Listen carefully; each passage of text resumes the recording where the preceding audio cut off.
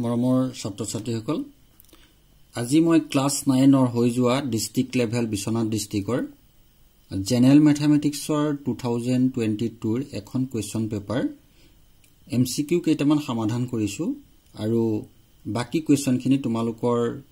জ্ঞাতাৰ্থে মই ইয়াৰ পৰা ভিডিও আকাৰে তোমালোকলৈ প্ৰেৰণ কৰিম তোমালোকে প্ৰথম 1 নম্বৰ কোৱেশ্চনটো আহিছিলে 2022 চনত যে এখন বৰ্গাকাৰ পথাৰৰ কালি 10000 মিটাৰ স্কয়াৰ হলে পথাৰখনৰ পৰিসীমা হ'ব ইয়াত তোমালোকৰ পথাৰখনৰ কালি দিয়া আছে অৰ্থাৎ আমি বৰ্গৰ কালি সমান জানো যে বাহু স্কয়াৰ সমান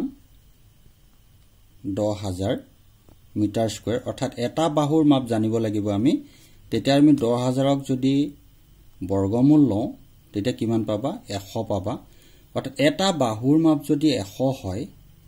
এই বৰ্গটোৰ এটা বাহুৰ মাপ যদি 100 হয়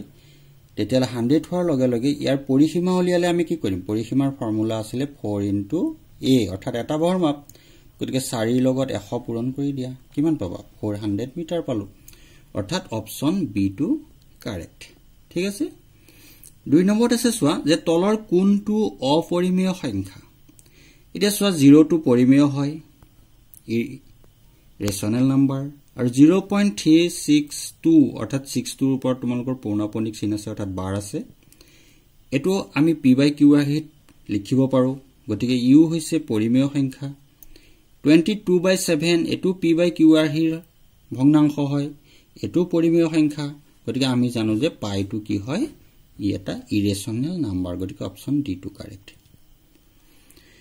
ঠিক আছে চোৱা যে বহুপদ ৰাশিটো বাছি উলিওৱা ফাইন্ড আউট দা পলিনোমিয়েল ইয়াত চোৱা আমি বহুপদ হবলৈ হলে কি হয় যে x বা y যে নহয় কিয় চলকৰ ওপৰত সদায় কি হ'ব লাগে পূৰ্ণ সংখ্যা থাকিব লাগে এতিয়া চোৱা তুমি 2x √x আছে গতিকে x ৰ ওপৰত ৰুট থকাৰ লগে লগে আমি কি লিখি ৰুট উঠালে ই x হাফ হৈ যায় অৰ্থাৎ ই কি হ'ব পাৰে বহুপদ নহয় আৰু ইউ বহুপদ নহয় যেহেতু তলত y আছে ই ওপৰলৈ উঠিলে y ইনভাৰ্স 1 এনেকুৱা ষ্টাইলত হৈ যাব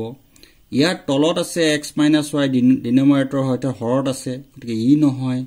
গতিকে ইয়াক চোৱা ইয়াত x ৰ ওপৰত সহগটো 1 আছে গতিকে এটা পূৰ্ণ সহগ পূৰ্ণ সংখ্যাৰ সহগ গতিকে অপচন ডি টু কাৰেক্ট ফৰত চোৱা যদি x = 2 y = 1 সমীকৰণ 2x - 3y = k ৰ এটা সমাধান হয় তেন্তে k ৰ মান হ'ব অৰ্থাৎ আমি x ৰ 2 টো এই 2x x ৰ ঠাইত পাতিম আৰু y1 টো 3 * y ঠাইত পাতিম তেতিয়া আমি কম k ৰ মানটো পাম অৰ্থাৎ 2 * 2 - 3 * 1 তেতিয়া কিমান পালা চোৱা 2 * 2 = 4 বিয়োগ 3 অফল k অৰ্থাৎ 4 পৰা ঠিক হলে কিমান থাকে 1 থাকিব গতিকে আমাৰ অপচন এ টু কাৰেক্ট 5 আছে তলৰ কোনটো ত্ৰিভুজৰ সৰ্বাংগ সমতাৰ স্বীকাৰ্য নহয় গতিকে SAS হয় ASA হয় SSA হয় এটো নহয় ঠিক আছে 6 নম্বৰ আছে চোৱা একে ভূমি আৰু একে সমান্তৰাল ৰেখাৰ মাজত থকা সামন্তৰিক আৰু ত্ৰিভুজৰ কালিৰ ক্ষেত্ৰত কোনটো শুদ্ধ অপচন এ দিয়া আছিল তোমালোকৰ ত্ৰিভুজৰ কালি সমান হাফ ইনটু সামন্তৰিকৰ কালি বি দিয়া আছে ত্ৰিভুজৰ কালি সমান 1/4 ইনটু সামন্তৰিকৰ কালি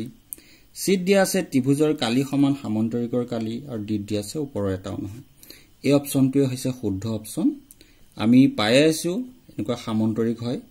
আৰু একে ভূমিত থকা এটো এটা ত্ৰিভুজ আৰু এই ত্ৰিভুজৰ কালিটো এই সামন্তৰিকৰ কালিৰ এটা আধা হয় আমি এনেকুৱা এটা উপপাদ্য প্ৰমাণ কৰিবলৈ পাইছো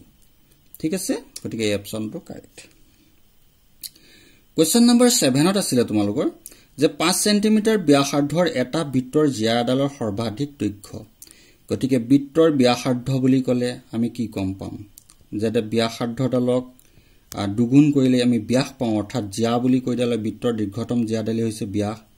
গতিকে 5 সেন্টিমিটাৰ ব্যাসাৰ্ধ হলে আমাৰ সৰ্বাধিক দৈৰ্ঘ্য কিমান হ'ব 10 সেন্টিমিটাৰ হ'ব 10 সেন্টিমিটাৰ হ'ব অপচন বি টু কাৰেক্ট ঠিক আছে নম্বৰ 8 ত চোৱা 1 সেন্টিমিটাৰ ব্যাসাৰ্ধৰ এটা অৰ্ধগোলক এটাৰ মুঠ পৃষ্ঠকালি অৰ্থাৎ অৰ্ধগোলকৰ পৃষ্ঠকালি বুলি ক'লে আমি কি জানো ফৰ্মুলাটো 3 pi r square ঠিক আছে অৰ্ধগোলকৰ মুঠ পৃষ্ঠকালি 3 পাই স্কয়াৰ হলে তোমাৰ r ৰ মানটো দিয়া আছে কিমান 1 দিয়া আছে গতিকে 3 পাই ইনটু 1 সেন্টিমিটাৰ দিলে আমি কি পাম 1 সেন্টিমিটাৰ স্কয়াৰ কৰি দিয়াটো তেতিয়া হলে কি পাবা 3 পাই সেন্টিমিটাৰ স্কয়াৰ 1 ৰ লগত পূৰণ হলে একাটাই থাকিব অৰ্থাৎ অপচন সি টু কাৰেক্ট কি লিখিম 3 পাই ইয়াত 1 আছিল 1 ৰ 3 পাই পূৰণ কৰিলে 3 পাই পালা সেন্টিমিটাৰটো স্কয়াৰ হৈ গল 3 পাই সেন্টিমিটাৰ স্কয়াৰ Question number 9 আছে সোয়া তলত দিয়া তথ্যবোৰৰ পৰিসৰ হল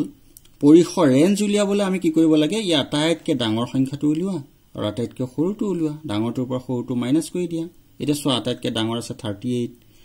সৰু আছে 21 গতিকে 38 ৰ পৰা 21 মাইনাস কৰা কিমান পাবা 17 অপচন এ টু কাৰেক্ট নম্বৰ 10 আছে সোয়া তলৰ কোনটোৱে এটা ঘটনাৰ সম্ভাৱিতা সূচাব এটা ঘটনাৰ সম্ভাৱিতা সূচাবলৈ হলে কি হ'ব লাগে 0 বা 1 ইয়াৰ ভিতৰৰ সংখ্যা হ'ব লাগিব বা 0 হ'ব লাগিব 1 হ'ব লাগিব এটা নিশ্চিত ঘটনাৰ সম্ভাৱিতা হ'বলৈ হলে 1 অসম্ভৱ ঘটনাৰ সম্ভাৱিতা হ'বলৈ 0 এতিয়া সোয়া -4/5 ই 0 তকৈ সৰু হৈ গল গতিকে হ'ব নোৱাৰে 3/2 ই 1 তকৈ ডাঙৰ হৈ যাব ইয়াক যদি সমষ্টি ভাঙে কিমান হ'ব 1 1/2 গতিকে এটা ই মিক্স ফ্ৰেকশনত গুছি আহিলে 2 to 1 তকৈ ডাঙৰ ই হ'বই নোৱাৰে গতিকে 0.7 টোক আমি কেনেকৈ লিখিব পাৰো 7/10 আৰু এনেকুৱা ধৰণৰ প্ৰকৃত ভগ্নাংশবিলাক কি হয় একোটা সম্ভাৱিতা হুচাই গতিকে আমাৰ অপচন ডি টু কাৰেক্ট ঠিক আছে আৰু বাকি কোৱেশ্চনখিনি তোমালোকক মই ভিডিও আকাৰে দি দিছো তোমালোকে নিজে চেষ্টা কৰিবৰ কাৰণে আৰু যদি অসুবিধা পোৱা মই পিছত সলিউশনখিনি কৰি দিম বাৰু